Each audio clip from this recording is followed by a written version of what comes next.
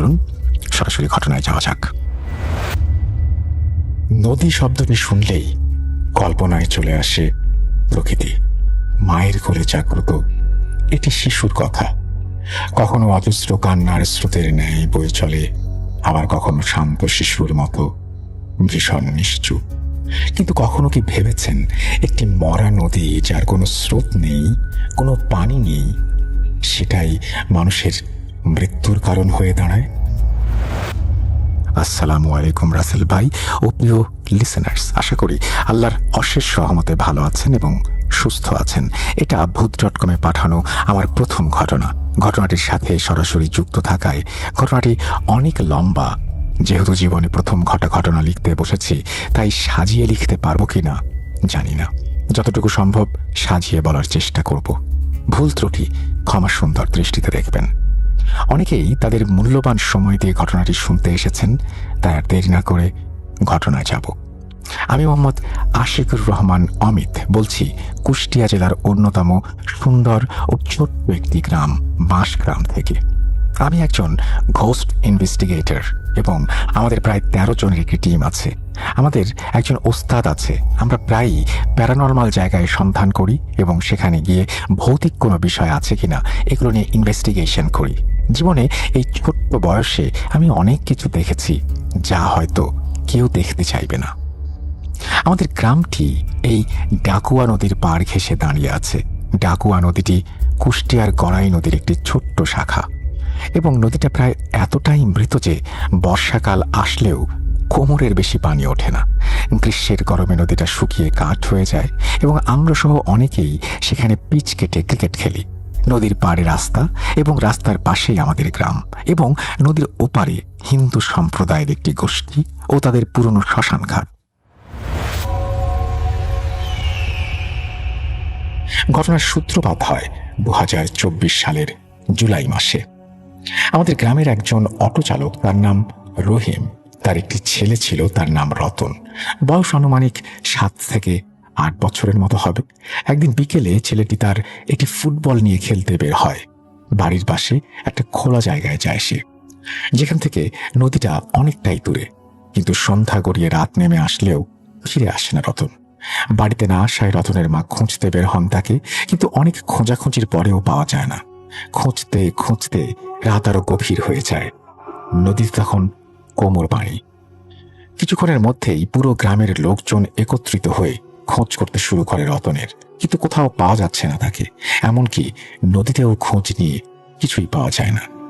কিন্তু এই যে এত কিছু করা হলো, তার যে চিহ্ন মাত্র নেই, এটা মেনে নেওয়া কঠিন। কোনোভাবে রহিম ভাই এবং তার স্ত্রীকে সান্ত্বনা দিয়ে আমরা সবাই খোঁজ বন্ধ করি। সকালে আলো ফুটতেই আমরা আবার বের হই। কেউ কেউ মাইক ভাড়া করে ছুটে যায় আশেপাশের গ্রামগুলোতে। কোথাও নেই রতন। এভাবে কেটে যায় আরো একদিন। পরের দিন সকালে রতনের চাচি বাজারে যাচ্ছিলেন কিছু কেনাকাটা করার জন্য। বলে রাখি, আমাদের এদিকে অটো ভ্যান চলাচল করে সব সময়। তো উনি যখন ভ্যানে উঠে বসেন, তখন ওনার চোখ যায় নদীর মাঝে রতনের লাল ফুটবলের ওপর। তখন উনি চিৎকার করে খবর দেয় পুরো গ্রামবাসীকে। সবাই সেখানে যায় এবং নদীতে নেমে খুঁজতে থাকে রতনকে। কোথাও নেই রতন। এমনকি পানি এতটাই স্বচ্ছ যে পানিতে মাথা ডোবালেও নিচের মাটি সহ সবকিছু স্পষ্ট দেখতে পাওয়া যায়। অনেক খোঁজাখুঁজির পর খবর দেওয়া হয় ফায়ার সার্ভিসে এবং পুলিশকে। খোঁজ চলতে থাকে পানিতে, কিন্তু কোথাও কোনো চিহ্ন নেই। এভাবে খোঁজ চলতে থাকায় প্রায় 2 দিন কেটে যায়, কিন্তু পাওয়া যায় না তাকে। 2 দিন পর আমার ছোট মামা নদীতে নামেন গরু গোসল করানোর জন্য, কিন্তু হাঁটু পানিতে নেমেই গরুটি হঠাৎ কেমন যেন ডেকে ওঠে পানির দিকে তাকিয়ে এবং ছুটে চলে যায়। মামা গরুটিকে ধরতে চেষ্টা করলেও গরুটি দৌড় দিয়ে বাড়িতে চলে আসে। শরীরে কাদা হয়ে যাওয়ায় মামা আবারও নদীতে যায় এবং পানিতে ডুব দিতেই কিছু একটা দেখে উনি পাড়ে উঠেই চিৎকার করে বেহুঁশ হয়ে যান। তখন রাস্তা দিয়ে যাওয়ার সময় একজন ভ্যান চালক ওনাকে দেখে এবং নিচে এসে ওনাকে হুঁশে ফেরায়। এরপর মামা ওনাকে বলেন নিচে উনি কাউকে বিভৎস অবস্থায় দেখেছেন। তখন ভ্যান চালক আশেপাশের লোকজনকে খবর দেয় এবং সবাই এসে একটা লাশ উদ্ধার করে। লাশটা আর কারো নয়, রতনের। রতনকে এতটা বিভৎস অবস্থায় পাওয়া যায় যে তাকে যদি দুর্বল হৃদয়ের কোনো মানুষ দেখে, সে সহ্য করতে পারবে না। লাশের বিবরণটা ছিল ওর হাত দুইটা আকাশের দিকে, যেমনটা মানুষ আত্মসমর্পণ করলে করে, এবং চোখ দুইটা বের হয়ে গেছে, সাথে ওর জিহ্বা অস্বাভাবিকভাবে বাইরে এসে পড়েছে।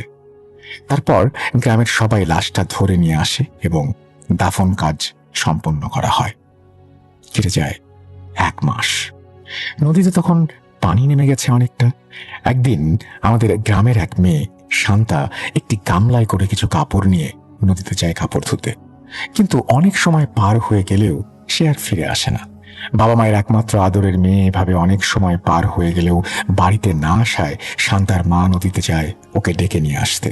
কিন্তু নদীর পাড়ে বসে আছে শুধু ওর গামলা ভর্তি জামা কাপড় আর জুতো, এবং পায়ের ছাপ স্পষ্ট বলে দেয় ও নদীতে নেমেছে কিন্তু আর উঠে আসেনি। ব্যাপারটা অল্প সময়ের মধ্যেই জানাজানি হলে সবাই নদীতে নামি আমরা, এবং টানা 4 দিন খোঁজ করার পরও আমরা ব্যর্থ হয়ে ফিরে আসি। সবার মাথায় তখন একটাই প্রশ্ন, এই হাঁটু পানিতে মেয়েটা যাবে কোথায়? মেয়ে হারানোর শোকে পাগলের মতো হয়ে যায় ওর বাবা মা, কিন্তু পাওয়া যায় না তাকে। চলে যায় আরো 5 মাস। বৃষ্টির মৌসুম চলে গেলে নদীর পানি নামতে শুরু করে এবং নদীর পানি শুকিয়ে ওপরের মাটি শক্ত হয়ে যায়। আমরা পিচ কাটার জন্য সবাই মিলে কোদাল ও কাস্তে নিয়ে চলে যাই সেখানে। আমরা প্রায় 20-25 জনের একটি টিম জঞ্জাল সাফ করে নিচে কাটার জন্য নদীর মাঝখানে একটা জায়গা নির্মাণ করি। পিচ কাটা শুরু করি। প্রথমে আমরা সিদ্ধান্ত নেই যে মাটি ওপর থেকে সরিয়ে সমান করে দিলেই হবে। আমাদের দলের একটা ছেলে রকি কোদাল হাতে নিয়ে পিচের কাজ শুরু করে এবং বাকিরা সবাই মাটি সরানোর কাজ করতে থাকে। যখন আমরা পিচের অর্ধেকটা সম্পন্ন করে ফেলেছি তখন রকি আমাদের সবাইকে ডাক দেয় এবং আমাদের রক্তের মতো কিছু একটা দেখায়। শক্ত মাটি, সেখান থেকে রক্ত বের হয়ে আসছে। ওই জায়গায় কেমন নরম তুলতুলে হয়ে আছে। তারপর ওপরের মাটি সরাতেই আমরা ওইখানে একটা পা আবিষ্কার করি। পরে আমরা পুলিশকে ফোন করলে সেখানে পুলিশ আসে এবং লাশ সংগ্রহ করে। তবে আশ্চর্যের বিষয় হলো এই লাশটাও আর কারো নয়, সেই শান্তার। আজ থেকে 5 বছর আগে এই নদীতে যে হারিয়ে গিয়েছিল। তবে ভয়ের ব্যাপার হলো এই যে ওর শরীরের মাংস একটুও পচেনি এবং পুরো শরীরে টিউমারের মতো পানি দিয়ে ফোসকা পড়ে গেছে, আর ওকে এমনভাবে পুঁতে রাখা হয়েছিল যেন কেউ ওর চুল ধরে মাটির নিচে নিয়ে গিয়েছিল। লাশের বিবরণ, ওই রতনের মতো 2টা হাত আকাশের দিকে, আর চোখ ও জিহ্বা বের হয়ে এসেছে অস্বাভাবিকভাবে। পুলিশ লাশটাকে নিয়ে চলে যায় এবং যাবতীয় কার্যকলাপ শেষ করে জানাজা পড়িয়ে লাশটিকে দাফন দেয়া হয়। শীত চলে যায়, আবার নদীতে পানি আসে বর্ষার সময়। এবার পানির পরিমাণ একটু কম, তবে গ্রামের লোকজন বুদ্ধি করে একটা জায়গায় গর্ত করছে, সেখানে পাট ডুবিয়ে রাখা যায়। একদিন আমাদের নদীর ওপারে হিন্দু সম্প্রদায়ের একটা ছেলে তার সাথে নদীতে নামেন পাট ডুবিয়ে রাখার জন্য। তারা তাদের কাজটি সম্পন্ন করেন, কিন্তু নদী থেকে আর বাড়ি ফিরে যেতে পারেন না। তবে এবার তাড়াতাড়ি তাদের লাশ পাওয়া যায় ওই পাট গাছের গাদার ভেতরে, সেখানেই তাদেরকে ডুবিয়ে রাখা হয়েছিল। তখন হাত 2টা ওপরে আকাশের দিকে এবং চোখ ও জিহ্বা বের হয়ে এসেছে। মাত্র কয়েক ঘন্টায় লাশের মুখটা এত বিভৎস হয়ে গিয়েছিল যে আমরা যখন লাশ 2টা দেখি আমাদের হৃৎপিণ্ড কেঁপে ওঠে। পুলিশ এবারেও তদন্ত চালায়, কিন্তু কিছু পায় না। তবে এইবার আমাদের টিমের সবাই মিলে একটা আলোচনা করি এবং রহস্য উদ্ঘাটনের জন্য প্ল্যান করি। একটা কথা বলে রাখি, আজ থেকে 9 বছর আগে আমাদের একজন হুজুরের সাথে দেখা হয়েছিল। রাজশাহী থেকে তিনি এসেছিলেন। উনি রাস্তায় অচেতন হয়ে পড়েছিলেন। আমরা ওনাকে নিয়ে স্থানীয় একটা প্রাইভেট হাসপাতালে ভর্তি করে দিই, ওনার চিকিৎসা করাই এবং সুস্থ হওয়ার পর উনি আমাদের সবাইকে একটি করে কালো রঙের পাথর দেন, যেটা আমরা সবাই আংটির মধ্যে সেট করে ব্যবহার করতাম। আলোচনা শেষ করি, আমরা সিদ্ধান্ত নেই আজকে রাতে আমরা নদীতে ওই শ্মশান ঘাটে যাব এবং 3 জন করে টিম বানিয়ে দেখব আসলে এখানে কি ঘটছে। যেই ভাবা সেই কাজ। আমরা রাতে 10টার সময় আমাদের স্পেশাল টর্চ ও ক্যামেরা সহ যাবতীয় কার্যকলাপের সম্পূর্ণ জিনিসপত্র লুকিয়ে শ্মশানে নিয়ে যাই। বলে রাখি, শ্মশানটা খুবই পুরনো এবং এই শ্মশানের পাড় ঘেঁষে দাঁড়িয়ে আছে বিশাল এক বটগাছ। ওই বটগাছের দিকে তাকালে মনে হয় যেন পুরো একটি গ্রামের ছায়া দেওয়ার জন্যই সে দাঁড়িয়ে আছে ওভাবে। যাই হোক, আমার টিম মেম্বারদের বুঝিয়ে আমরা 4টা দলে ভাগ হয়ে যাই এবং আলাদা আলাদা জায়গায় ক্যামেরা অন করে টর্চ হাতে বসে থাকি। আর চারিদিকে শুধু অন্ধকার আর অন্ধকার। শুধু বাজারের দোকানে লাইট জ্বালানো হয়েছে। রাত 2:15 হঠাৎ করে বাজারের সব আলো বন্ধ হয়ে গেল। বুঝতে পারি বিদ্যুৎ চলে গেছে। এবার চারিদিকে অন্ধকার এসে আমাদের ঘিরে ফেলে। হঠাৎ আমার দলের একজন বলে, ভাই দূরে তাকাও, দেখো কিছু একটা আসছে। আমি তাকিয়ে দেখি আসলেই আবছা একটা আলো খুব ধীর গতিতে নদীর ওপর দিয়ে আসছে। তবে ওটা অনেক দূরে এবং আমাদের কাছে আসতেও অনেক সময় লেগে যাবে। আমরা এবার সবাইকে মেসেজ দিয়ে বলি একসাথে হওয়ার জন্য। সবাই, এবং একসাথে হলে আমরা সবাই এক দৃষ্টিতে ক্যামেরা অন করে ওই আলোটার দিকে তাকিয়ে থাকি। আলোটা আস্তে আস্তে স্পষ্ট হতে থাকে এবং মনে হচ্ছে একটা ছোট নৌকায় একজন বসে আছে যার শরীর থেকে এমন আলো বের হচ্ছে। আমরা ভাবি, আচ্ছা, নদীতে পানির ব্যবস্থা আর যে পরিমাণ কচুরি পানা আছে, নদীর উপর থেকে আপনা আপনি নৌকাটা আসছে কিভাবে? কিছুক্ষণ পর ওই আলোটা আমাদের আরো কাছে চলে আসে। আমরা দেখি, পৃথিবীর কেউ যেন সেই দৃশ্য না দেখে। একটা সাদা অবয়ব যার হাতে একটি মাথা, যেটা সে 2 হাত দিয়ে ধরে দাঁড়িয়ে আছে। আমাদের সামনে অনেক কালো একটা অবয়ব, যা অন্ধকারের চেয়েও ভয়ঙ্কর। ওই সাদা অবয়বটির আলো ছায়ায় তাদের উপস্থিতি স্পষ্ট বোঝা যাচ্ছিল। যখন এভাবে তারা শ্মশানে এসে পৌঁছালো, এক এক করে প্রত্যেকটি কালো অবয়ব মিলিয়ে গেল। হ্যাঁ, আলোর সাথে আমরা দেখেছিলাম কালো অবয়ব, কিন্তু এই সাদা অবয়বটা সেভাবেই দাঁড়িয়ে রইল। হঠাৎ আমাদের টিমের একজন ফিসফিস করে বলল, ভাই, এটার তো কোনো ভিডিও রেকর্ড হচ্ছে না। তখন আমি ক্যামেরার দিকে তাকালাম। আসলেই কিছুই দেখা যাচ্ছে না। ঠিক কি দেখেছি, ঠিক দেখেছি নাকি আমার মস্তিষ্ক কোনো বিকৃত করেছে, আমি বুঝতে পারছি না। কিছুক্ষণ পর হঠাৎ মনে হলো নদীতে প্রবল বেগে স্রোত হচ্ছে এবং প্রচুর পানি নদীতে। কারণ স্রোতের আওয়াজ স্পষ্ট শোনা যাচ্ছে, বোঝা যাচ্ছে। আমরা সবাই তখন বুঝতে পারলাম আজকে হয়তো আমাদের সাথেও খারাপ কিছু ঘটতে চলেছে। হঠাৎ করে একটা তীব্র গোঙানির আওয়াজ কানে এলো। আওয়াজটা এতই তীব্র ছিল যে আমাদের কানের পর্দা ছিঁড়ে যাবার অধিক্রম। আমরা কান চেপে অবয়বটির দিকে তাকাতেই দেখি মহিলার একটা মাথা এবং মাথাটি থেকে জিভ বের হয়ে এসেছে। তারপর সেই মাথাটাকে পানিতে ফেলে দিয়ে তারা আবার চিৎকার করে, গোঙাতে থাকে। আমি তখন বুঝতে পারলাম কালকে হয়তো এই নদীতে একটা লাশ পাওয়া যাবে যেটার মাথা থাকবে না। তবে আমরা সবাই মিলে সিদ্ধান্ত নিলাম যে আজ যাই হয়ে যাক, এর শেষ দেখে ছাড়বো। আমাদের যিনি ওস্তাদ, তিনি আমাদেরকে একটা আমল শিখিয়ে দিয়েছিলেন এবং এই যে আমল, সেই আমলটি 13 বারের মতো পড়তে হয়। অবয়বটি আমাদের কাছে আসতে লাগলো আর আমরা বিকট পচা গন্ধ অনুভব করতে শুরু করলাম। আমরা হুজুরের কথা মতো আমল করতে শুরু করলাম। অবয়বটি যত আমাদের কাছে আসতে লাগলো ততই বিকট একটা পচা গন্ধ পাচ্ছিলাম। তারপরে আমরা যেটা করি সেটা হচ্ছে আমরা আমাদের আমল চালিয়ে যাই এবং একটি স্বচ্ছ কাঁচের বোতল খুলে ওই বোতলে ফু দেই। মুহূর্তেই স্বচ্ছ বোতলটি কালো ধোঁয়ায় ভরে যায় এবং আল্লাহর নাম নিয়ে আমাদের ওস্তাদের কাছে চলে গেলাম আমরা।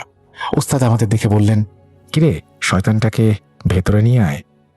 ভেতরে যেতেই ওস্তাদ ওই বোতলটা নিয়ে একটি লাল কাপড়ে মুড়ে আমাদের গ্রামের একটি কূপের মধ্যে ফেলে দিয়ে আসতে বলে। আলহামদুলিল্লাহ, এখন আর নদীতে কোনো সমস্যা নেই। তবে এখন আর নদীতে কেউ নামে না। নদীটার অস্তিত্ব বিশাল হলেও মন থেকে উঠে গেছে এই গ্রামবাসীর। আরো একবার কথা না বাড়িয়ে সরাসরি চলে যাচ্ছি ঘটনায়। আশা করছি এই ঘটনাটি আপনাদের ভালো লাগবে। চলুন, যেভাবে লেখা আছে সেভাবেই ঘটনাটি পড়ে শোনাই আপনাদের। আসসালামু আলাইকুম রাসেল ভাই ও প্রিয় শ্রোতা বন্ধুরা, কেমন আছেন আপনারা? আমি মোহাম্মদ সাবিত আলম লিখছি ময়মনসিংহ বিভাগ থেকে। দীর্ঘ 1 মাসেরও বেশি সময় পার করে আবারও আজ আমি নতুন একটি ঘটনা নিয়ে আপনাদের সামনে উপস্থিত হয়েছি।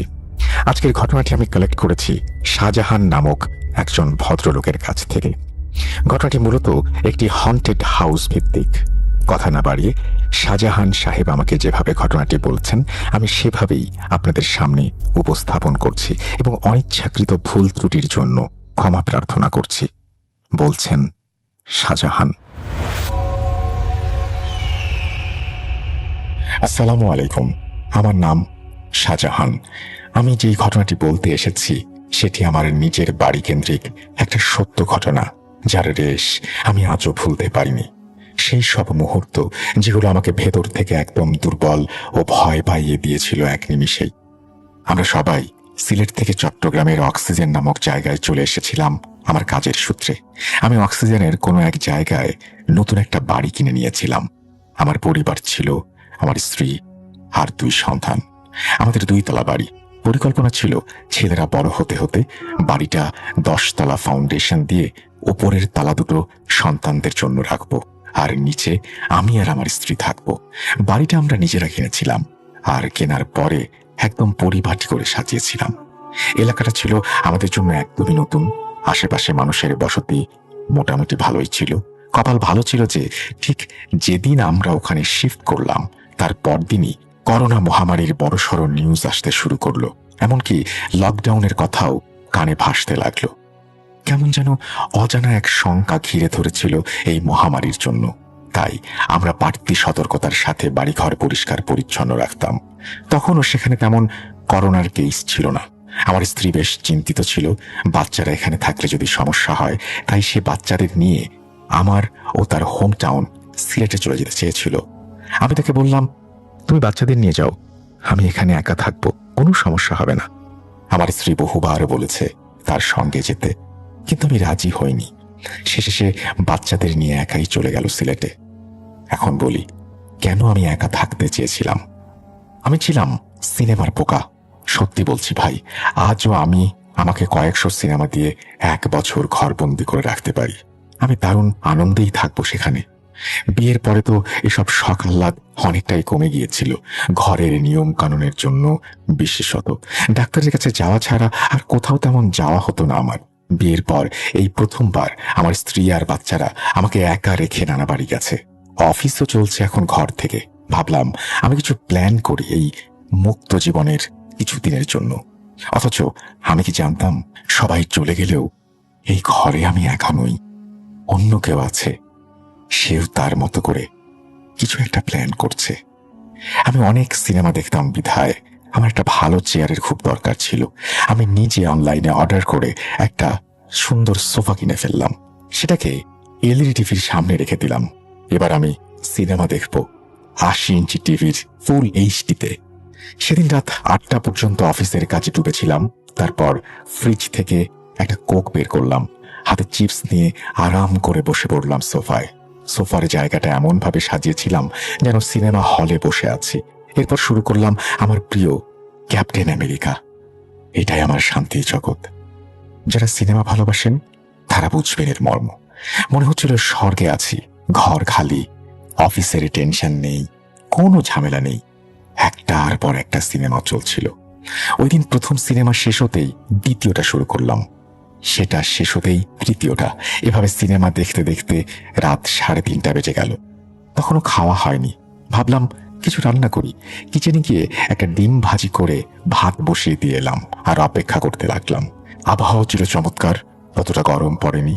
আর যেহেতু অক্সিজেন এলাকাটা ক্রাউডেড, সো আমাদের বাড়ির আশেপাশে অনেকগুলো বাসাই ছিল। সবাই প্রায় থাকতো। করোনার জন্য মাঝে মাঝে 2 ঘন্টা পর পর কেউ বাইক নিয়ে চলে যেত, নয়তো রাইডার আসতো। আশেপাশে সেভাবে কাউকে দেখা যেত না। 8 ঘন্টা অপেক্ষার পর অবশেষে ভাত হয়ে গেল। ভাত নামিয়ে সিগারেট খাওয়ার জন্য নিচে নামলাম। বলে রাখা ভালো যে সিনেমার এই সেটআপটা ছিল আমার ছেলের রুমে, কারণ ওর কাছে সবচেয়ে লেটেস্ট সব গ্যাজেট ছিল।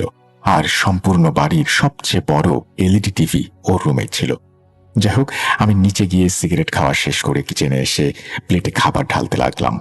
খাবার নিয়ে ওপরের দিকে যাচ্ছিলাম, এমন সময় হঠাৎ মনে হলো কেউ যেন আমার সঙ্গে সঙ্গে হাঁটছে। ঘরে একেবারে নিস্তব্ধতা, আশেপাশে কোনো শব্দই নেই। এতটাই নীরবতা, ছোট্ট কোনো আওয়াজও স্পষ্ট শোনা যাচ্ছিল। আমি হাঁটা শুরু করতেই যেন সেই নীরবতা ভেঙে আওয়াজটা ফিরে এলো। মনে হচ্ছিল কেউ যেন নিঃশব্দে আমার পেছন পেছন আসছে। আমি থামতেই সঙ্গে সঙ্গে সেই আওয়াজও থেমে যায়। ভাবলাম হয়তো আমারই নিজের বাইরের শব্দ হবে। এরপর আমি আমার ছেলের রুমের দিকে পা বাড়াতেই আবার সেই পেছনের ছায়ার মতো আওয়াজ শোনা গেল। পরিবারের কেউ না থাকায় এই ঘরে আমার প্রথম রাত, তাই ভেতরে ভেতরে কেমন যেন একটা দোটানা চলছিল সবকিছু ঠিক আছে কিনা এটা নিয়ে। সত্যি কি আমার পেছনে কেউ আছে? কিছুক্ষণ ভেবে বুঝতে পারলাম যে আসলেই কানে কারো হাঁটার শব্দ পাচ্ছি, কিন্তু বারবার মনে হচ্ছিল বুটের শব্দ একটার পর একটা জোরে জোরে আসছে। আস্তে আস্তে ভয়ের অনুভূতিটা গ্রাস করলো আমাকে। হঠাৎ দৌড়ে পালাতে শুরু করলাম, কিন্তু অবাক করা বিষয়, দৌড়ানোর সঙ্গে সঙ্গে মনে হলো আমার পেছনে কেউ দৌড়াচ্ছে একই ছন্দে। তড়িঘড়ি করে দরজা খুলে খাবারটা পাশে রেখে ঘরে ঢুকতে গিয়ে আশেপাশে তাকালাম, কিন্তু কিছুই তো নেই। তবু আমার ভেতরে ভেতরে অদ্ভুত এক অনুভূতি থেকেই যাচ্ছিল। আসলে আমাদের বাড়িটা এখনো পুরোপুরি গোছানো হয়নি। অর্ধেকের বেশি জিনিসপত্র ছড়িয়ে ছিটিয়ে। হয়তো বাড়ি খালি থাকার জন্যই একটু বেশি আওয়াজ হচ্ছে। আমার নিজের পায়ের শব্দকেই মনে হচ্ছে অন্য কারো পায়ের শব্দ। এত কিছু তোয়াক্কা না করে আমি সিনেমাটা চালিয়ে দিলাম। তারপর খাবার খেয়ে ঘুমিয়ে পড়লাম। পরদিন সকালে উঠে আবার সেই একই রুটিন, নাস্তা, তারপর কম্পিউটারের সামনে অনলাইনে অফিসের কাজ। সকাল 8টা পর্যন্ত পেন্ডিং কাজ শেষ করলাম। প্রায় 9টার দিকে আবার সিনেমা চালিয়ে বসলাম। সিনেমা দেখতে দেখতে রাত গড়িয়ে 2:30 বাজে। তখন হঠাৎ ক্ষুধা লাগলো। আবার আগের দিনের মতো ডিম ভেজে ভাত বসিয়ে দিলাম। ভাত রান্না হতে কিছু সময় লাগছিল, তাই ছাদে গিয়ে সিগারেট ধরিয়ে চারপাশের পরিবেশটা উপভোগ করছিলাম। যে গন্ধটা আসছিল সেটা দারুণ লাগছিল। এদিক ওদিক তাকাতে হঠাৎ চোখ গেল নিচে, মেইন গেটের সামনে ফাঁকা জায়গাটার উপরে। মনে হলো গেটের পাশে কেউ বসে আছে। মনে হচ্ছিল যেন একটা মেয়ে বসে আছে। আমার কাছে পরিস্থিতিটা খুব ভয়ানক লাগতে শুরু করলো। আমার বাসার গেটের ভেতরে একটা মেয়ে চুপচাপ বসে আছে, আর সবচেয়ে ভয়ানক ব্যাপার, সে নিচ থেকে আমাদের দিকে তাকিয়ে আছে। ভয় আমার হাত থেকে সিগারেট পড়ে গেল। বুঝে উঠতে পারছিলাম না কি করব। ঠিক তখনই বাসার পাশের দোকানের লোকটা দুধ আর ডিম নিয়ে হাজির হলো। আমি নিচে চাবি ছুড়ে দিয়ে বললাম, ভেতরে ঢোকো। এরপর তাকে ডেকে নিয়ে আসলাম। আমার অবস্থা তখন একেবারেই নাজেহাল। নিচের আমার সাহসী হচ্ছিল না। কয়েক সেকেন্ডের মধ্যে লোকটা উপরে উঠে এলো। আমি তাকে হাতে টাকা দিয়ে জিজ্ঞেস করলাম, ভাই, ওপরে আসার সময় আপনার চোখে কি কোনো মেয়ে পড়েছে? উনি সিগারেট খেতে খেতে বললেন, না তো ভাইজান, আপনাকে ছাড়া এই ঘরে তো আর কাউকে দেখি নাই। আমি আবার ছাদে গিয়ে নিচে তাকালাম, কেউ নেই। মন শান্ত করার জন্য ভাবলাম বাইরে থেকে কেউ ঢুকেছিল। দোকানদার দরজা খোলা রাখার সময় সে চুপচাপ বেরিয়ে গেছে হয়তো, আর দোকানদার হয়তো খেয়াল করেনি। এইভাবে একটা অদ্ভুত গল্প আমার মাথায় আমি গড়ে তুললাম। যদিও এখন ভাবলে মনে হয় এই গল্পের কোনো মাথা মুন্ডু নেই, কিন্তু সত্যি ভাবার বিষয়, ওই মেয়ে বাড়ির ভিতরে এলো কিভাবে? আর যদি এসেও থাকে তাহলে কেনই বা আসবে? আর এসে দরজার কাছে কেনই বা বসবে? সময়টাই এমন ছিল, অদ্ভুত গল্প না বানিয়ে উপায় ছিল না। না হলে হয়তো ভয় আমাকে সম্পূর্ণভাবে গ্রাস করত। ভয় যদি একবার মনে বাসা বাঁধে, এখানে 1 ঘন্টাও টিকতে পারবো না। যাই হোক, খাবার নিয়ে ঘরে ঢুকে আবার সিনেমা চালিয়ে দিলাম। তবুও মনের ভেতরে চিন্তা, সারা রাত মুভিতে মন বসতে পারল না। একটা মেয়ের মুখ বারবার মাথায় ঘুরছিল। মনে হচ্ছিল সে যেন জিজ্ঞেস করছে কোন একটা প্রশ্ন। হয়তো আমি কি করছি এটা নিয়ে। এই রাত 3টায় আমি সোফায় হেলান দিয়েছিলাম। সকালে চোখ খুলতেই দেখি ভয় অনেকটাই কমে গেছে। এমনকি রাতে ঠিক কি হয়েছিল সেটা মনে পড়ছে না। তারপর রাতে অফিস থেকে একটু ফাঁকা সময় পেয়ে সিগারেট খেতে বাইরে গিয়েছিলাম। তখনই আগের রাতের ঘটনাগুলো আবার মাথায় আসতে শুরু করলো, আর ভয়ও আস্তে আস্তে ফিরে এলো। ভাবলাম এখনই একটা সিনেমা চালু করি, তাহলে এই ভাবনাগুলো নিজে থেকেই চলে যাবে, আর মনটাও হালকা হয়ে যাবে। ঠিক সেটাই হলো। সিনেমায় এতটাই ডুবে গেলাম যে 3 ঘন্টা কেটে গেল। রাত বাজলো 12টা। ঠিক তখনই সিনেমা শেষ হলো। আর আমি ভাবলাম পরের সিনেমাটা শুরু করি। মনে হচ্ছিল ইলেকট্রিসিটি চলে গেছে। ইউপিএস বা জেনারেটর লাগাইনি, কারণ শুনেছিলাম এখানে প্রায়ই লোডশেডিং হয়। তখনই মনে পড়ল ব্রোকার কিছু একটা বলেছিল। মোবাইলটা হাতে নিয়ে ভাবলাম টর্চটা জ্বালাই, কিন্তু চার্জ নেই। তাই নিজে থেকেই বন্ধ হয়ে গেল। নিজেকে বুঝ দিলাম আরাম করে সোফায় বসে থাক, 10-15 মিনিটের মধ্যে ইলেকট্রিসিটি ঠিকই চলে আসবে। কিন্তু মাত্র 5 মিনিটও যায়নি, এমন সময় শুনলাম কেউ সিঁড়ি বেয়ে ওপরে উঠছে। একটার পর একটা সিঁড়ি পেরিয়ে ওপরের ফ্ল্যাটে এসে পৌঁছচ্ছে। ভাই, কল্পনাও করতে পারবেন না, হয়তো এখন কেউ ঠিক বুঝতেও পারবেন না যে আমার ঠিক কি অবস্থা গেছে! চারিদিক অন্ধকার, এমন অন্ধকার যে কোথাও এক ফোঁটা আলো নেই। পাশের বাড়িগুলো যেন অদৃশ্য, আর চারপাশে এমন নিস্তব্ধতা যেন মানুষের অস্তিত্ব নেই বললেই চলে। মনে হচ্ছিল কিছু একটা হয়ে গেলে যদি আমি চিৎকারও করি, কেউ শুনতে আসবে না। সেই ভয়টা আস্তে আস্তে মাথায় চেপে বসেছিল। মনে হচ্ছিল কেউ একজন বাইরে থেকে এসে দরজার সামনে ঠিক দাঁড়িয়ে আছে, কারণ তখন পায়ের শব্দটা থেমে গেছে। পরের মুহূর্তে যেটা হলো সেটা আমার শরীর কাঁপিয়ে দিল, কারণ স্পষ্ট শুনতে পেলাম কোনো এক নারী দরজার কাছে দাঁড়িয়ে আমার নাম ধরে ডাকছে। তারপর টুপটাপ শব্দ, আর সঙ্গে সঙ্গে কেউ দরজায় টোকা দিতে লাগলো। ভয়ে আমার হার্ট অ্যাটাক হচ্ছিল। পরে প্রায় অচেতন হয়ে যাচ্ছিলাম। ঠিক তখনই ইলেকট্রিসিটি চলে এলো। একটু সাহস ফিরে পেলাম। ভয়ে ভয়ে দরজাটা খুললাম, কিন্তু বাইরে কেউ নেই। বুঝলাম যা হওয়ার সেটা ঘরের মধ্যেই হয়েছে। সিগারেট হাতে নিয়ে ভাবলাম বাইরে গিয়ে একটু হাঁটি, তাহলে ভয়টা কিছুটা কমবে। সিগারেট নিয়ে সিঁড়ির দিকে গেলাম। পেছন পেছন যাচ্ছিলাম। দরজার কাছে গিয়ে বাইরের রাস্তায় বের হলাম। সারাটা রাত সিগারেট খেতে খেতে হাঁটলাম। ভোরের আলো ফুটতেই একটু সাহস ফিরে পেলাম, আর ফিরে এসে ঘুমিয়ে পড়লাম। দিন তখন দুপুর 12টা। কাল রাতের কথা ভেবে চোখে পানি চলে এসেছিল। বুঝতে পারছিলাম না কোথায় যাব আর কোথায় গিয়ে রাতে থাকবো। সমস্যা ছিল, বউয়ের সামনে তো সবসময় বড় বড় কথা বলি। যদিও ও মজা করে বলতো, তুমি আমার সঙ্গে চলো, একা একা বাসায় ভয় লাগবে। কিন্তু প্রতিবারই আমি বাহাদুরি দেখিয়েছি। গল্প শুনিয়ে ওকে নিশ্চিত করেছি। ও চুপচাপ চলে গেছে। আর এখন বউকে সব বলতেই লজ্জা লাগছিল। এই দ্বিধাদ্বন্দ্বেই ভুগছিলাম। লজ্জা ছিল, আবার যদি শ্বশুর বাড়ি যেতাম সেটাও একটা সমস্যা। না জানি ওরা কি ভাবে। ওয়েদারটা গরম ছিল, ওখানে ভালোই গরম পড়েছিল। এরপর আমার সঙ্গে এমন একটা ঘটনা ঘটল যেটার পর আমি আর কিছু ভাবিনি। রাতারাতি নিজের ঘরকে সিনেমার সেট বানিয়ে ফেললাম। আপনারা প্লিজ মন দিয়ে শুনুন। সেদিন রাত মোবাইলটা ফুল চার্জ দিয়ে রেখেছিলাম, যেন লোডশেডিং হলেও আমাকে অন্ধকারে ভুগতে না হয়। আগে ভাগে খাবার অর্ডার দিয়ে রেখেছিলাম, যেন রাতে বের হতে না হয়। রাত 9টার মধ্যে একটা সিনেমাও চালিয়ে দিয়েছিলাম, কিন্তু ভেতরে ভেতরে মনে হচ্ছিল আজ বড় একটা কিছু ঘটবে। সিনেমা শুরু হতে আমি এমনভাবে সোফায় আটকে গেলাম যেন চারপাশের সবকিছুই একেবারে হারিয়ে গেল। হঠাৎ আমার এলইডি টিভি বন্ধ হয়ে গেল।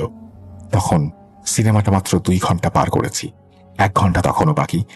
আমি এলসিডির দিকে তাকিয়েছিলাম, ভাবছিলাম হঠাৎ কি হলো। তাকিয়ে থাকতে থাকতে নিজের প্রতিবিম্ব দেখতে পেলাম। আমি সোফায় বসে এলসিডি বন্ধ হওয়ার কারণ খুঁজছিলাম। ঠিক তখনই দেখলাম ওই প্রতিবিম্বে কেউ যেন আমার সোফার পেছনে আসছে। এরপর আমি সেই সোফায় এসে সোফার পেছনে দাঁড়িয়ে পড়লাম। তার উপস্থিতি টের পেয়ে আমার নিঃশ্বাস বন্ধ হয়ে আসছিল। সব কিছু দেখছিলাম, কিন্তু সাহস হচ্ছিল না পেছনে ঘুরে দেখার।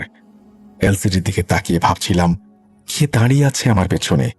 সে একজন মহিলা, যাকে গেটের সামনে বসে থাকতে দেখেছিলাম। তিনি সোফার পেছনে দাঁড়িয়ে আমার দিকে তাকিয়েছিলেন। কয়েক সেকেন্ডের জন্য আমি যেন অচেতন হয়ে পড়েছিলাম। আর কোনো সংশয় থাকলো না, সে যেন আমার দিকে তাকিয়ে সতর্ক বার্তা দিচ্ছিল, এখান থেকে চলে যাও। আমি বাড়ি লক করে দিলাম। আর কিছু ভাবতে পারিনি। এক প্রকার পাগলের মতো দৌড়ে ঘর থেকে বেরিয়ে গেলাম। পথে ছিনতাইয়ের ভয় ছিল, তবু অনেক কষ্টে আমি বাস স্ট্যান্ডে চলে গেলাম। রাতে বাসে যখন বসলাম তখন অবসাদে আমার ঘুম চলে এলো। আমি স্বপ্নে দেখলাম যে সেই নারীর অবয়বের বুকে রক্ত। আমার ছেলেরা মেঝেতে নিথর হয়ে পড়ে আছে, ওদের গলা কাটা। আমার স্ত্রী, তার কোনো চোখ নেই। নারী অবয়বটা আমার কাছে এসে আমার গলায় ধারালো ছুরির মতো নখ বসিয়ে দিল। বাঁচতে চাইলে চলে যাও, এটা আমাদের বাড়ি। ঘুম ভাঙতেই দেখলাম চলে এসেছি সিলেটে। সব কষ্টের পথ পেরিয়ে যখন সিলেটে পৌঁছালাম তখন মনে এক ধরনের স্বস্তি এলো। সকাল সকাল পরিচিত হুজুরকে কল দিয়ে সবকিছু জানালাম। উনি বললেন, শাহজাহান ভাই, এই বাড়িতে জিনের বাস আছে, এখানে থাকা ঠিক হবে না, জলদি চলে যান।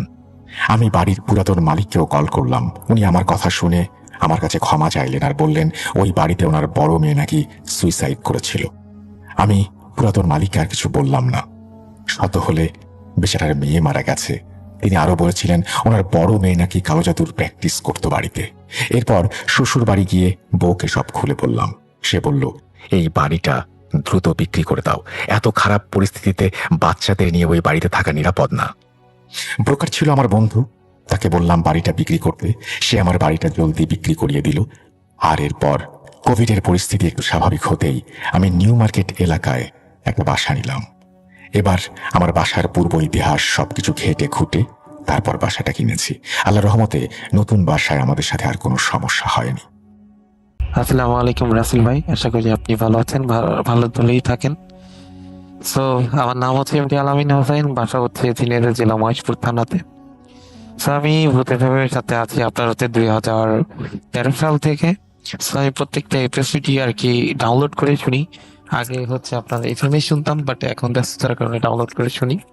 তো এই ঘটনাটা আমি রেকর্ড করতেছি, এটা হচ্ছে আমার লাইফে প্রথম ফার্স্ট ঘটনা, যেটা হচ্ছে আমি আপনার কাছে পাঠাবো ইমেলের মাধ্যমে। তো আমি এর আগে কখনো ঘটনা পাঠাই নাই, খালি শুনেছি, কারণ আপনার মুখে ইমেল শুনতে খুবই ভালো লাগে। তো লেখা হয়তো ভালো লিখতে পারি না, তাই আর কি আমি একটা অডিও রেকর্ড করে পাঠাচ্ছি। তো কথা না বলে ঘটনায় চলে যাই। ঘটনা আমার কাছে বহুত ঘটনা আছে, তো আমার সাথে ঘটে যাওয়ার একটা ঘটনা আমি বলি।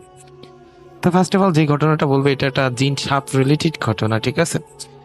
তো এটা হচ্ছে আমাদের এলাকাতেই। সো আমার আবার একটা এলাকাতে পরিচিত আছে যে এটাই আপনার হচ্ছে যে মাঝে মাঝে শোনা যায় নাকি রাস্তাতে যখন কেউ যায় গ্রামের লোক, তো একটি সাপ নাকি পায়ে পেঁচিয়ে ধরে। তা এমন হয়েছে, আমিও শুনেছি, বা কখনো দেখা হয় নাই। সেটা হচ্ছে শুনেছি আমারই এক আঙ্কেলের সাথে ঘটেছে। উনি যখন বাসায় যাচ্ছিল তখন নাকি একটু আবার পা জড়িয়ে ধরেছে। সেটা নর্মালি নিতাম, আমি হয়তো ভাবতাম যেটা একটা নর্মাল সাপ বা এরকম ভাবতাম আর কি।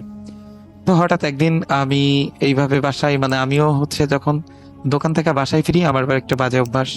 তো বাসায় আমি ফিরি অনেক রাত্রেবেলা, ঠিক 1টা 1:30 বা 12টা 12:30 এরকম টাইমে বাসায় ফিরি দোকানে বন্ধুদের সাথে আড্ডা দিয়ে।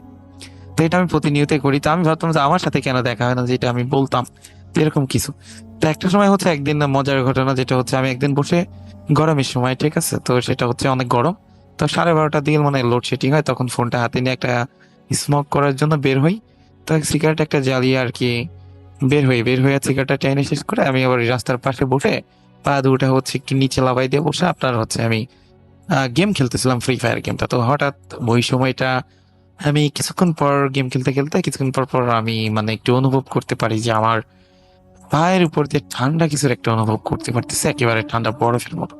যখন আমি ওইটা দেখি যে তাকে একটা বড় সাপ, আসলে সাপটা আকারে অনেক বড় হবে, তো আমার পায়ের উপর দিয়ে যাচ্ছে, তখন আমি ফ্রিজ হয়ে যাই, যেটা বলা যায় রাসেল ভাই, মানে ধমকে দাঁড়ায়, একদম ধম মেরে থাকি, কোনো কথা বলতে পারতেছি না, না পারতেছি লড়তে, এরকম একটা কিছু।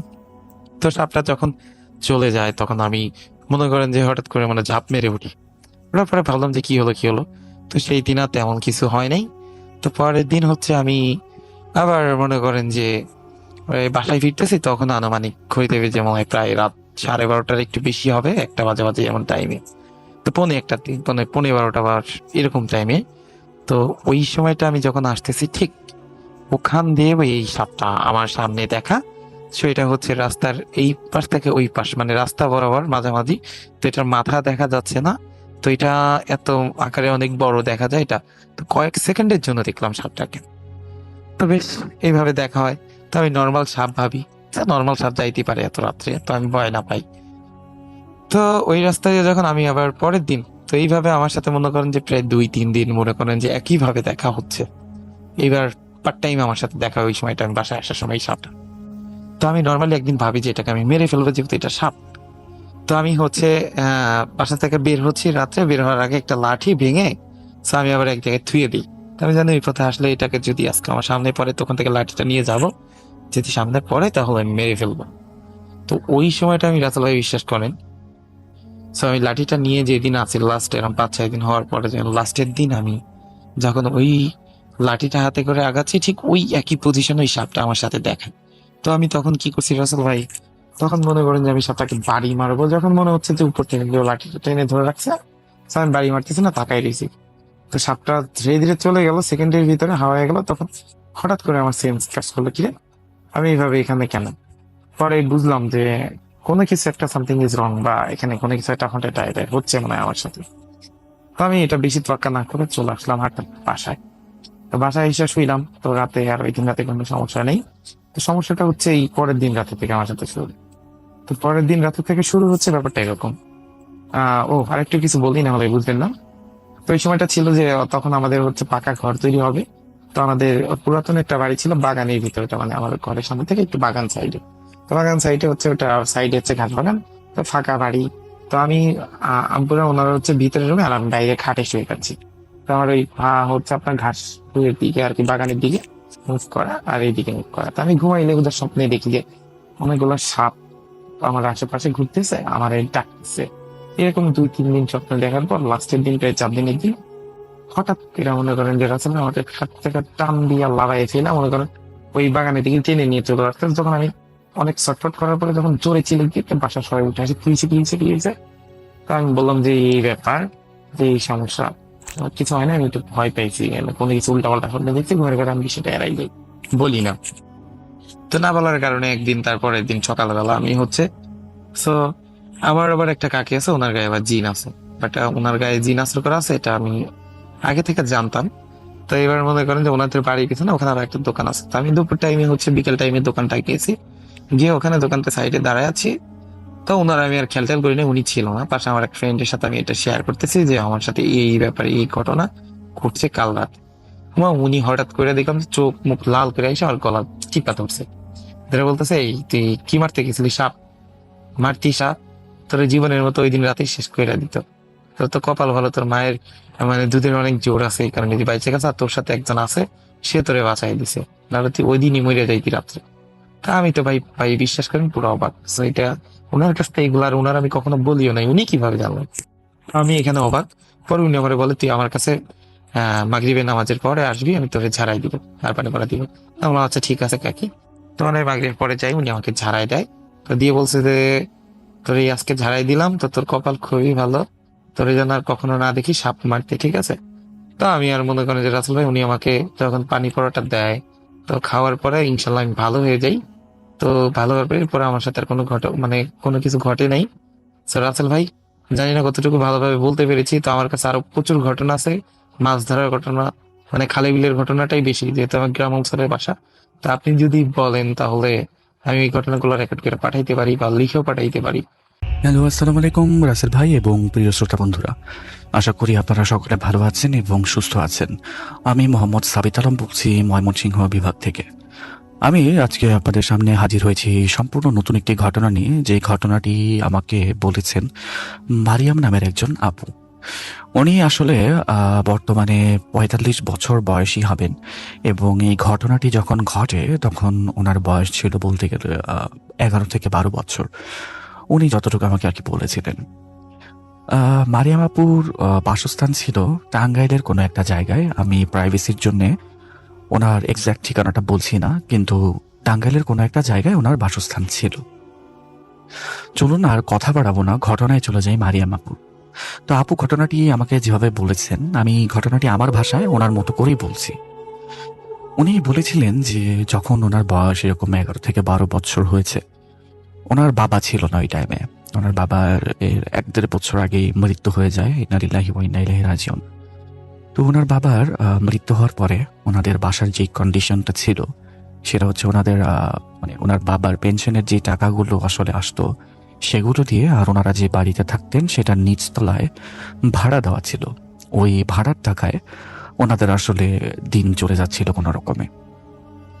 কিন্তু মাঝখানে এমন কিছু কিছু ঘটনা শুরু হয় ওনাদের সাথে, যেগুলোর কারণে আসলে ওনাদের এই ফাইন্যান্সিয়াল কন্ডিশনটাও কিছুটা নষ্ট হয়ে যেতে শুরু করে।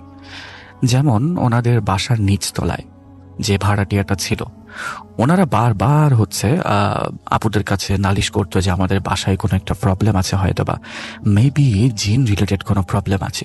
সো আপনারা বিষয়টি একটু দেখেন বা কোনো হুজুরের পরামর্শ নেন। কিন্তু মারিয়াম আপু এবং তার আম্মু এই বিষয়গুলোতে খুব বেশি একটা পাত্তা দিতেন না, কারণ ওনারা চিন্তা করতেন কি যে মাঝে মাঝে ভাড়াটিয়ার এরকম আচরণ করে যেন ওনাদের কাছ থেকে ভাড়াটা বেশি না নেওয়া হয়, বা বছর বছর যে একটা ভাড়া বাড়ানোর টেন্ডেন্সি আছে সেটা যেন মানে না করা হয়। ওনাদের বাসার বর্ণনা যদি দেওয়া হয় তাহলে ওনাদের বাসাটা ছিল ২ তলা বিশিষ্ট একটা বাসা, যে বাসার উপরের তলায় ওনারা নিজে থাকতেন এবং নিচ তলায় থাকতেন ভাড়াটিয়ারা। আর একটা কথা হচ্ছে, মারিয়াম আপুর বাসায় যারা থাকতেন ওনারা ২ জন সদস্যই, মারিয়াম আপুর আম্মু এবং উনি নিজে। ওনার আর কোনো ভাই বোনও নেই, যেহেতু বাবা নেই, কাজেই ২ জন একসাথেই থাকতেন। এভাবেই দিন যাচ্ছিল আস্তে আস্তে। নিচতলা থেকে কমপ্লেন্ট আসতে শুরু করলো প্রায় প্রতিদিন।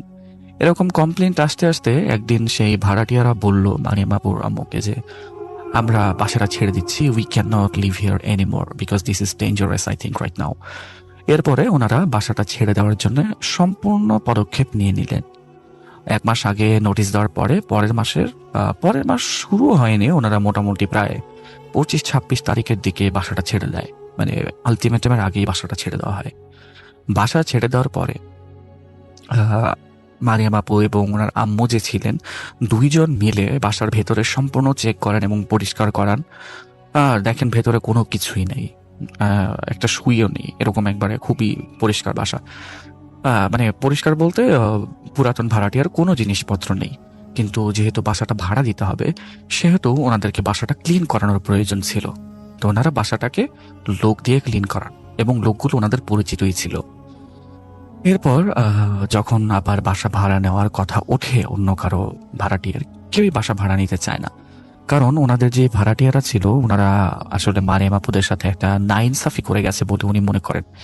যেমন ওনারা বাসা ছাড়ার কারণ হিসেবে প্রতিবেশীদেরকে এটা বলে গিয়েছিলেন যে ওনাদের বাসায় জিনের উপদ্রব বা অশরীরী কিছুর উপদ্রব আছে, যেই কারণে ওনারা বাসাটা ছাড়তে বাধ্য হচ্ছেন। এই কারণে আসলে যখনই কোনো মানুষ বাসা ভাড়া নিতে আসতো তখনই তাদের মাথায় এই জিনিসগুলো ঢুকিয়ে দেওয়া হতো। কারণ আপনি চিন্তা করে দেখেন ডিয়ার লিসেনার, যখন আপনি কোনো একটা বাসা ভাড়া নিতে যাবেন অবশ্যই সেই এলাকার মানুষের কাছ থেকে সেই বাসা, বাড়িওয়ালা বা ওখানে কে কে থাকে সব কিছু বিষয়ে কিন্তু আপনি একটা মানে টোটাল ইনভেস্টিগেশন করবেন বা টোটাল ইনফরমেশন কালেক্ট করবেন। তো বাকি ভাড়াটিয়াদের ক্ষেত্রেও জিনিসটা এমনই ছিল। কিন্তু মারিয়াম আপুদের বাসার এই বদনামটা শোনার পরে কেউই সেই বাসায় ওঠার জন্য রাজি হয় না। তো এভাবেই বাসাটা খালি পড়ে থাকে একেবারে। তো বাসা যেহেতু খালি, সেই ক্ষেত্রে এখন মারিয়াম আপুদের যে দোতলায় বাসা ছিল ওনাদেরও ভয় লাগতে শুরু করে। কারণ সম্পূর্ণ বাসায়, এই 2 তলা একটা বাসা, এই সম্পূর্ণ 2 তলা বাসায় ওনারা ছাড়া আর কেউ নেই, 2 জন মাত্র মহিলা মানুষ। তো ওনাদের কিছুটা ভয় লাগতে শুরু করে যে যদি এখানে এরকম উল্টাপাল্টা কিছু হয়েও যায় আমাদেরকে কে রক্ষা করবে এসে, এরকম চিন্তা তাদের হতো। তো একদিন রাতের বেলা ওনারা ঘুমাচ্ছিলেন, এমন সময়ে নিচতলা থেকে খুবই জোরে দৌড়াদৌড়ি সাউন্ড আসতে শুরু করে, খুবই জোরে জোরে। ইট জাস্ট লাইক যে ওই বাসাটায় there is a party going on, একটা পার্টি হচ্ছে, কিন্তু নিচতলায় তো কেউ নাই। তাহলে এই পার্টি, এরকম সাউন্ড, এই জিনিসগুলি কোত্থেকে আসছে? ওনার আম্মু ওনাকে বললেন যে মা দেখো, তোমার এগুলো নিয়ে এত কিছু চিন্তা করার দরকার নাই, জাস্ট তুমি ঘুমায় যাও। কিন্তু মারিয়াম আপু দেখেছিলেন যে ওনার মায়ের চোখে মুখে একটা ভয়ের ছাপ, কারণ 2 জনে জিনিসটা শুনতে পেয়েছিলেন। এভাবে সেদিন পার হয়ে গেল এবং পরবর্তী দিন ওনাদের বাসায় ওনাদের প্রতিবেশীরা আসলো, এসে ওনার আম্মুকে বলছে যে আপা, আপনাদের বাসা থেকে তো রাতের বেলা এরকম সাউন্ড পাচ্ছিলাম, কোনো কিছু কি সমস্যা ছিল? মারিয়াম আপুর আম্মু বলে কি না, এরকম তো আসলে কোনো সমস্যা তো নাই, বাট আমরাও সাউন্ড পেয়েছিলাম, হয়তো বা নিচে কোনো কুকুর বিড়াল মারামারি করছিল এই কারণে হয়তো বা। কিন্তু মারিয়াম আপুর আম্মু বুঝতে পেরেছিলেন বিষয়টা যে there is something going on, যেটা ইজ নট রাইট। এরপরে একদিন মারিয়াম আপু স্কুল থেকে ফিরলেন এবং উনি দেখলেন যে ওনার আম্মু বাড়িতে নেই। ওনার আম্মু বাড়িতে না থাকার জন্য উনি রান্নাঘরে গেলেন এবং গিয়ে দেখলেন কি যে রান্নাঘরে আজকে কি রান্না করা আছে, আমি কি খাবো। গিয়ে দেখলেন মানে রান্নাঘরে মোটামুটি রান্নায় তখনও শেষ হয় নাই, ওনার আম্মু ভাত রান্না করে গেছেন, আর যে তরকারি ছিল ওটা সম্পূর্ণ রান্না না করেই মেবি কোনো একটা কাজে বাহিরে গেছেন। তখন উনি শুনতে পেলেন কি রান্নাঘরের জানালা দিয়ে সেই নিচতলা থেকে কারো হাঁটা চলা এবং দৌড়াদৌড়ির শব্দ আসছে। এবার উনি বেশ কিউরিয়াস হয়ে গেলেন এবং চিন্তা করলেন কি যে I need to go there and look for what is it. তো উনি চলে গেলেন আস্তে আস্তে সেখানে। যেহেতু দিনের বেলা ওনার ভয় লাগছিল না, আর ওনার যে বয়সটা, এই বয়সে আসলে জিন ভূত কি উনি সেটা বুঝতেনও না। যখন ভাড়াটিয়ারা ওনার মার কাছে কমপ্লেন দিতেন এসে, উনি ওনার মাকে কয়েকবার জিজ্ঞেস করেছিলেন যে আম্মু জিন কি, কিন্তু ওনার আম্মু ওনাকে কোনো ধরনের মানে প্রেসাইজ কোনো সার্টেন উত্তর দেন নাই। তো এই কারণে উনি আসলে জিন ভূত সম্পর্কে খুব বেশি একটা জানতেনও না। তারপরেও মানুষের যে একটা ইনার ফিয়ার আছে যে কোনো একটা অন্ধকার ঘরে যাওয়ার জন্য, এটা ওনার মধ্যে তখন বেশি একটা ছিল না, বিকজ উনি খুব ছোট ছিলেন, এত জিনিস আসলে ওনার মাথায় থাকার মতো ছিল না। উনি ধীরে ধীরে কি করলেন, ওনার ফ্ল্যাটটা ছেড়ে উনি নিচে যাওয়া স্টার্ট করলেন। এবং যখন উনি নিচে যাচ্ছিলেন তখন শুনতে পেলেন কি, মানে উনি যখন সিঁড়ি দিয়ে নামছিলেন তখন শুনতে পেলেন ওই শব্দগুলি আরো তীব্র হচ্ছে। মানে ইট ওয়াজ জাস্ট লাইক যে উনি যাচ্ছেন এবং শব্দগুলো ওনার কাছে আসছে, মানে উনি প্লেসটার খুব কাছে চলে গেছেন যে জায়গা থেকে শব্দগুলি হচ্ছে। যখন সিঁড়ি নেমে গেলেন তখন উনি দেখলেন যে নিচতলার বাসার যে মেইন ডোর, সেই মেইন ডোরটা খোলা। অ্যাকচুয়ালি মেইন ডোরটা খোলাই থাকে সবসময় ভাড়াটিয়া যাওয়ার পরে, কারণ ওনারা মেইন ডোরের যে লকটা ছিল সেটা ড্যামেজ করে দিয়েছিলেন। তো ওনাদের এখানে যেহেতু আর কোনো নতুন ভাড়াটিয়া ওঠেন নাই, সেহেতু ওনারা আর লকটাকে রিপেয়ার করেন নাই। তো আপু কি করলেন, ভেতরে চলে গেলেন আস্তে আস্তে। এবং ঘরের ভেতরে যখন উনি গেলেন দেখলেন কি যে অন্ধকারে ভরা একেবারে চারপাশটা, ঘরের চারপাশ অন্ধকারে ভরা। উনি ভেতরে গেলেন এবং সামনে একটা রুম ছিল, সেই রুম থেকে এরকম আওয়াজগুলি আসছিল। উনি যখন ওই রুমের কাছে গিয়ে, মানে রুমের যে পাঞ্চ লক থাকে, গোল ঘোরানো যায় যেটাকে, ওই পাঞ্চ লকে হাত দেওয়ার সাথে সাথে ভেতর থেকে আসা সাউন্ডগুলি থেমে গেল। ইট ওয়াজ জাস্ট লাইক যে যেই জিনিসগুলো এই সাউন্ডগুলো করছিল ওই জিনিসগুলোর মারিয়াম আপুর এখানে আসার খবর কানে চলে গেছে, মানে সাউন্ডের মাধ্যমে কানে চলে গেছে। এই কারণে তারা আর কোনো ধরনের কোনো শব্দ করছে না।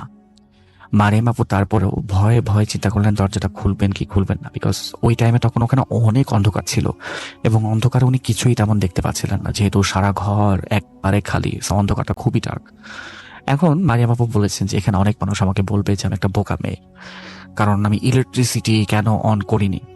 এখন ইলেকট্রিসিটি উনি অন করেন নাই কারণ ওনাদের বাসার যে ফিউজটা ছিল নিচতলার, সেই ফিউজটা মানে ড্যামেজ ছিল। আর ওনাদের বাসার এমন একটা পরিস্থিতি যে ইলেকট্রিশিয়ান কল করেছিল, কিন্তু ইলেকট্রিশিয়ান বর্তমানে শহরের বাইরে ছিলেন। আর যেহেতু ওনারা দুইটা মহিলা মানুষ একসাথে বাসায় থাকেন এবং উনি খুব ছোট, এই কারণে ওনারা আম্মু কখনো চাইতেন না যে বাহিরের কোনো লোক আসুক ওনাদের বাসায় যারা অপরিচিত। আর এই ইলেকট্রিশিয়ান যে ছিল উনি ছিলেন মানে মারিয়াম আব্বুর মৃত বাবার বয়সী। সো যেহেতু অনেক আগে থেকে পরিচয়, সুতরাং ওনাদেরই শুধুমাত্র ঘরে আসার অ্যাক্সেস ছিল।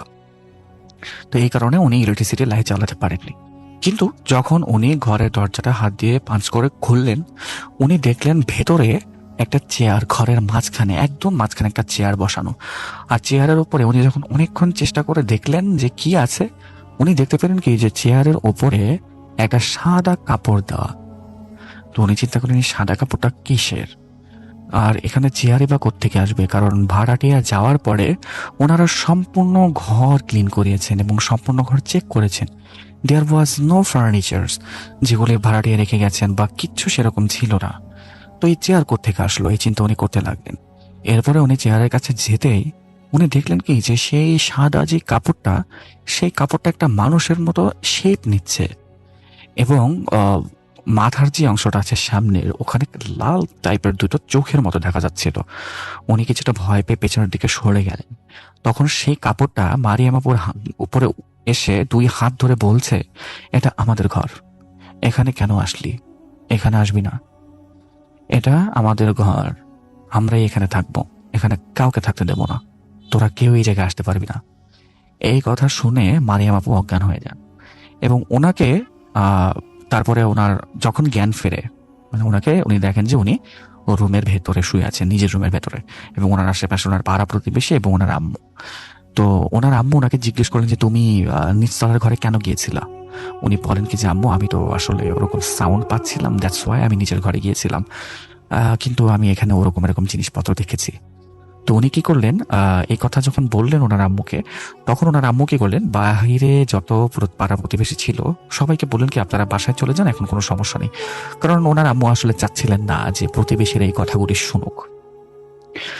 ওনারা চলে যাওয়ার পরে মারিয়াম আপু সম্পূর্ণ ঘটনা ওনার আম্মুকে খুলে বলেন। ওনার আম্মু বলেন কি যে তোমার ওইখানে যাওয়াটা ঠিক হয় নাই, জিন কি তুমি জানো।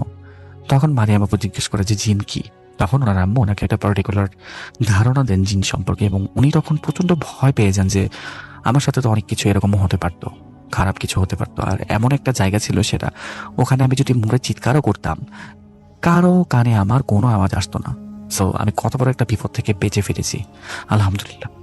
তো এই ঘটনার পরে ওনারা কি করলেন, একজন হুজুরের শরণাপন্ন হলেন, এলাকার মসজিদের হুজুরের শরণাপন্ন হলেন। হুজুর যখন পরের দিন সেই বাসায় গেলেন, যাওয়ার পরে সন্ধ্যের দিকে উনি ঘরের ভেতরে ঢোকেন এবং এরপরে সেখান থেকে উনি 10 মিনিটের ভেতরে বেরিয়ে চলে আসেন। চলে আসার পরে মারিয়াম আপুর আম্মু জিজ্ঞেস করেন যে হুজুর কি সমস্যা আসলে এই বাসার।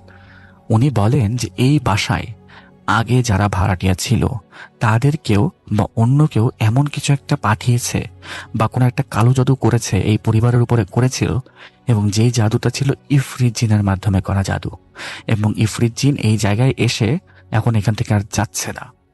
জাদু তো করাই আছে, ঘরের উপরে করেছে নাকি মানুষের উপরে সেটা বোঝা যাচ্ছে না। আর এখানে এক না একাধিক জিন, আর যেহেতু এরা ইফরিত, আমার এরকম কোনো ক্ষমতা আসলে নাই যে আমি এদের সাথে লড়াই করব। So I am really sorry, আমি এটা পারবো না। এই কথা বলে হুজুর চলে গেলেন এবং এরপরে মারিয়াম আপু এবং তার আম্মু মোটামুটি বেশ ভালো ভয় পেয়ে গেলেন। ভয় পাওয়ার পরে ওনাদের তো আসলে কিছু করার নেই। বাড়িতে শুয়ে আছেন রাতের বেলা উনি ওনার আম্মুকে বলছেন যে আম্মু আমরা এই বাসাটা ছেড়ে দেই, কিন্তু ওনার আম্মু বলছে কি যে মা বাসা তো ছাড়বো ঠিক আছে, কিন্তু যাবো কোথায়? আর এই বাসা যদি ছেড়েও দেই তাহলে বাসার যে দাম হবে সেটা তো অর্ধেকও হবে না, কারণ আমাদের বাসাটা তো বদনাম হয়ে গেছে অনেক।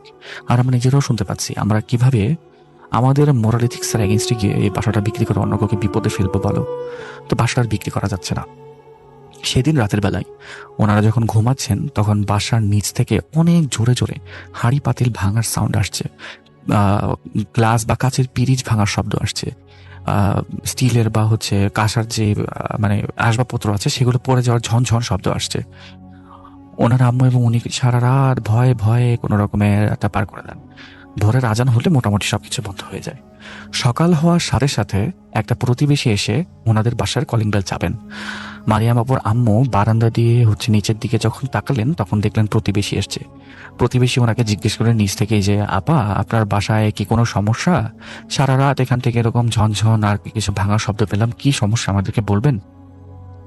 মারিয়াম আপুর আম্মু আঙ্গুল দিয়ে ইশারা করলেন, ইশারা করে দেখালেন যে নিচ তালার বাসা থেকে এরকম সাউন্ড আসছে।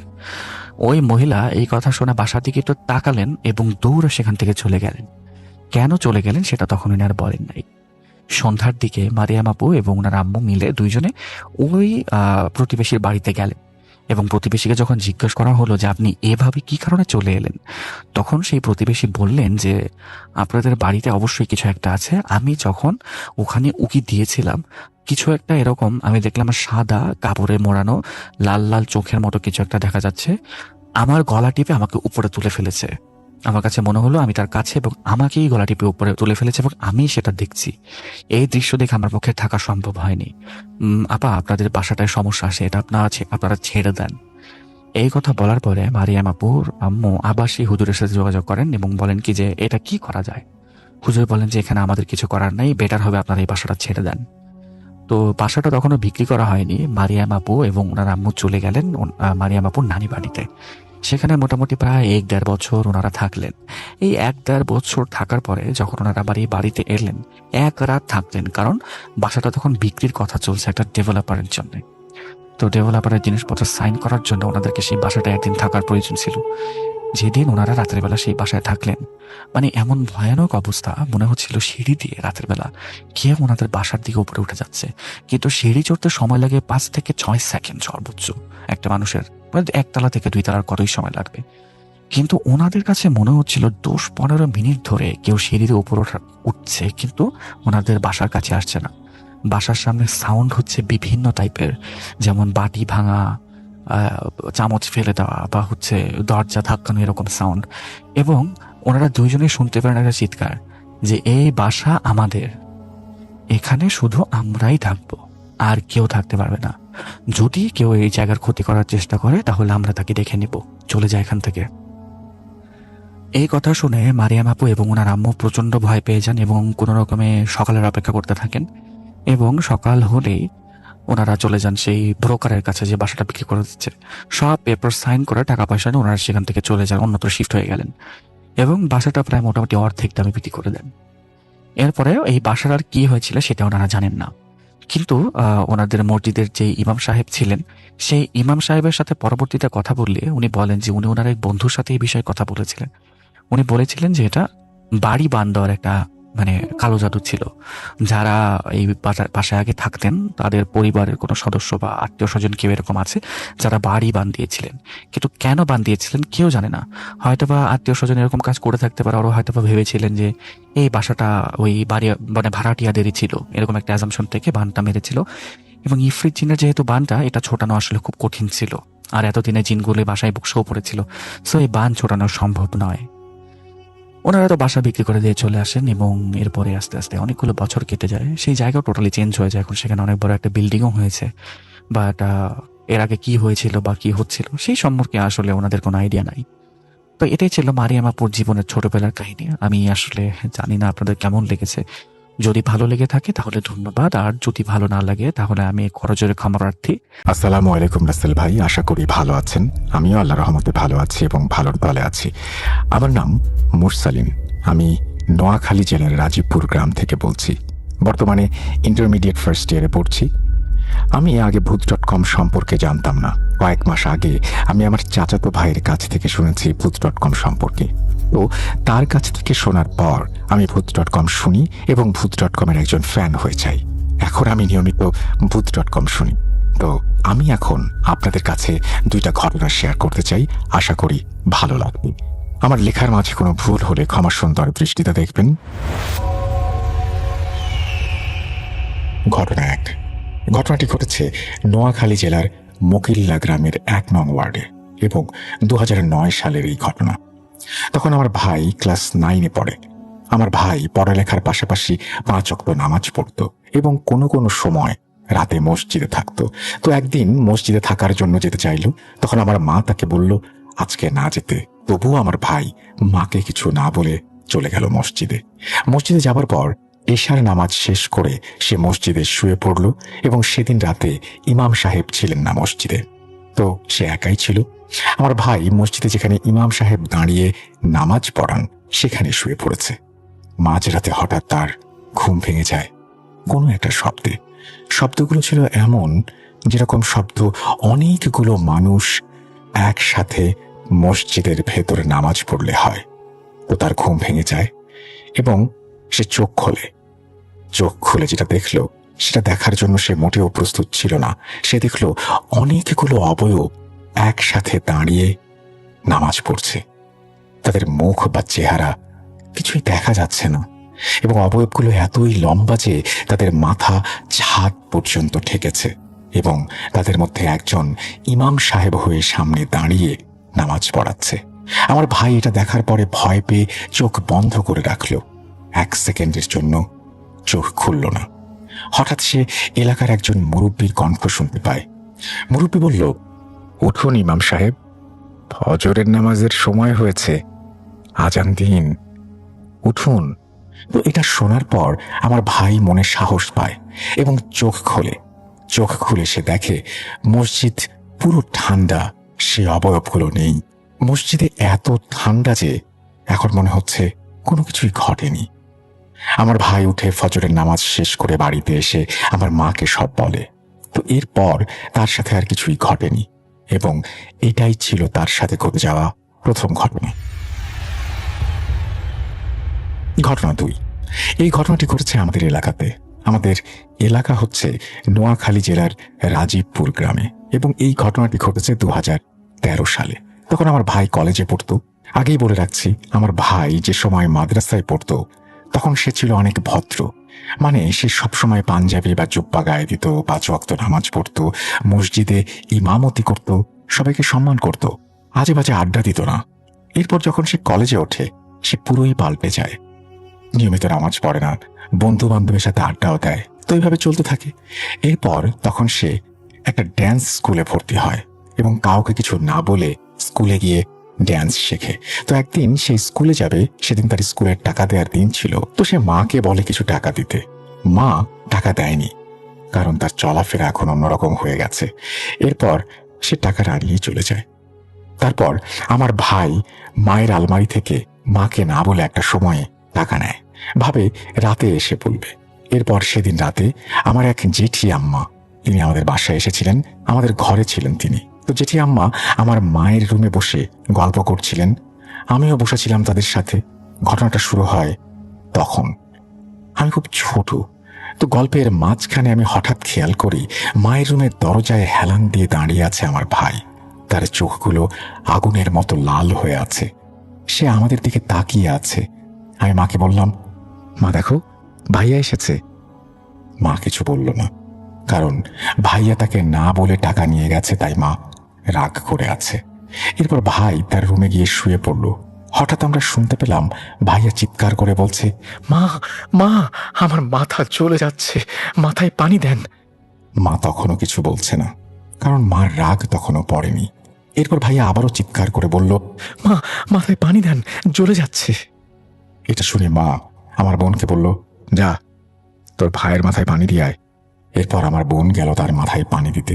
কিছুক্ষণ পর আবারও শুনতে পেল ভাইয়ার কণ্ঠ, মা, আপনি কোথায়? তাড়াতাড়ি আমার মাথায় পানি দিন, আমার মাথা জ্বলে যাচ্ছে। এটা শোনার পর আমি ভাইয়ের রুমে গেলাম। দেখি বোন তো তার মাথায় পানি দিচ্ছে, তবুও ভাই বলছে পানি দিতে। এরপর আমার বোন বলল, আমি তো মাথায় পানি দিচ্ছি ভাই। এরপর সে কতক্ষণ চুপ করে রইল। তারপর আবার বলল, মা, আপনি কোথায়? আপনি আমার কাছে আসুন, আমি চলে যাচ্ছি, আমি চলে যাচ্ছি আপনাদেরকে ছেড়ে। এটা শোনার পর মা দৌড়ে গেল তার রুমে এবং বলল, কি হয়েছে বাবা, তুই এরকম করছিস কেন? তারপর আমার ভাই বলল, মা কোথায়? আমার কাছে এসো মা, তুমি আমার বুকে এসো, আমি চলে যাচ্ছি, আমি আমি তোমাদের ছেড়ে চলে যাচ্ছি। এটা শুনে আমার মা চিৎকার দিয়ে কাঁদতে শুরু করে এবং বলে, কি হয়েছে বাবা তোর, এরকম করছিস কেন? আমি তো তোর কাছেই আছি। তো মায়ের চিৎকার শুনে বাড়ির সবাই আমাদের ঘরে চলে আসে। তখন আমার ভাই বলল, আমি চলে যাচ্ছি। মা তাকে জড়িয়ে ধরে কাঁদতে লাগলো। ভাই তখনও বলছে, আমার কাছে এসো মা, আমার বুকে এসো, আমি চলে যাচ্ছি। আবার বলল, মা, আমি কিছু দেখছি না, আমি তোমাদেরকে দেখছি না, আমার চোখে সব অন্ধকার। এরপর সবাই মিলে ভাইকে ধরে আমাদের সামনের রুমে নিয়ে আসে। আমার বড় ভাই আমার মেজ ভাইকে ডাকতে লাগলো, আর মেজ ভাইয়ের নাম ছিল শিপন। বড় ভাই বলল, শিপন, তুই কই? তুই আমার কাছে আয়। তখন মেজ ভাই তার কাছে যায়। সে আবার বলে, শিপন, আমি চলে যাচ্ছি, তুই সবাইকে দেখে রাখিস, মাকে দেখে রাখিস। এটা শুনে মেজ ভাইও কাঁদতে লাগলো। এরপর আমার বোন আমার বাবাকে ফোন করে। আমার বাবা তখন বাড়িতে ছিল না, ঢাকায় ছিল। তো বাবা বলল সকালে আসবে, এত রাতে আসতে পারবে না, তখন রাত 12টা কিংবা তার বেশি বাজে, এত রাতে গাড়ি পাওয়া যাবে না। তো ভাইয়ার এই অবস্থা দেখে বাড়ির সবাই আমাদের ঘরে চলে আসে। তারপর ভাই বলল, আপনারা কোথায় কে আছেন শুনুন সবাই, আমি কিছু দেখছি না, সব কিছু অন্ধকার।